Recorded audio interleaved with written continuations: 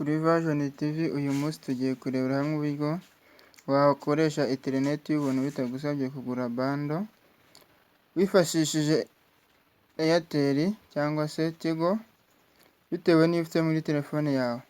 Iyi application nta yindi yitwa Stark VPN.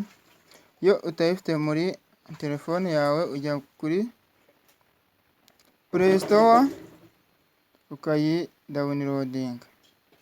Reka dutangire tureba uko dufungura Stark VPN. Ye kubera ko sanzwe nyifite muri telefone yanjye, ndayikandaho nyifungure, noneho njye gushyiraho file.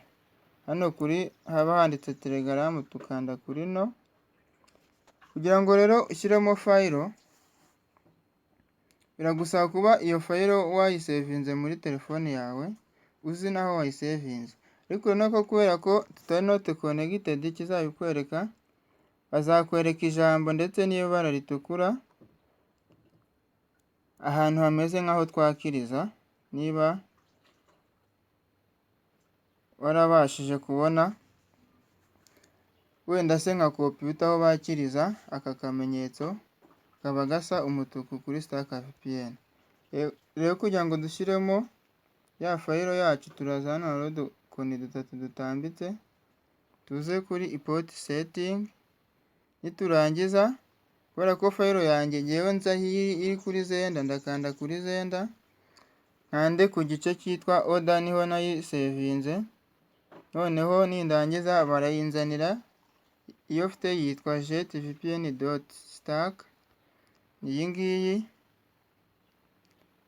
niyi rwose, aka gafresh karegaragaza neza. Nta kindi nkora, ndayikandaho barambwira ngo import file successful, ubundi nkande OK. Nindangiza noneho again ndakanda kuri ya buto isa nk'iyo nababwiye iba muri mudasobwa. Iyi ngiyi nkandemo hariya hagati kugira ngo mbashe gukonegitinga. Ndategereza, ntegereza ijambo connected,